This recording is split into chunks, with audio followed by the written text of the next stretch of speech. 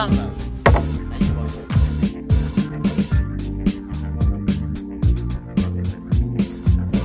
Sort of our next step in the whole in the reading process. We did previewing, we did the inquiry process. Now we're gonna have to do a little summarize.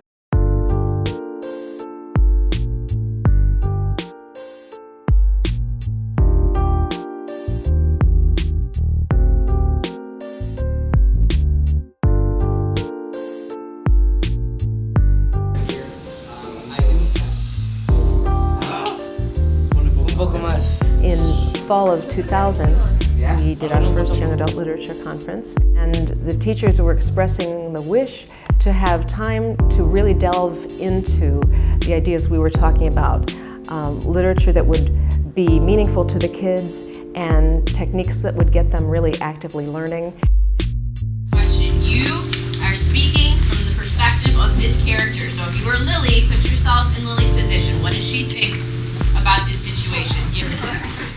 What is identity? Because remember how they always because how he had someone else's identity. You really need a certain dose of self-understanding in order to begin to understand the world. And so people who are inauthentic or people who are trying to pretend to be something they aren't, I think that actually limits their creative dexterity significantly.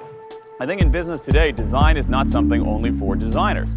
I really think that everybody in just about any business is in the design business, because anything that we do in this economy is the product of a design decision. We didn't really do what traditional businesses do, and what we ended up doing is we kind of created this new type of business called crowdsourcing, and we didn't even know what that meant. But what made it a big deal was that we don't do any advertising, we don't do any research and development, we don't do any of the things that a normal business does. All of our products comes from our customers, so we make what people want. We know before we even make something that we can sell it. And I mean, those kinds of ideas just didn't really exist before we started doing this. You know, almost everyone that we've ever hired didn't have a great portfolio. It was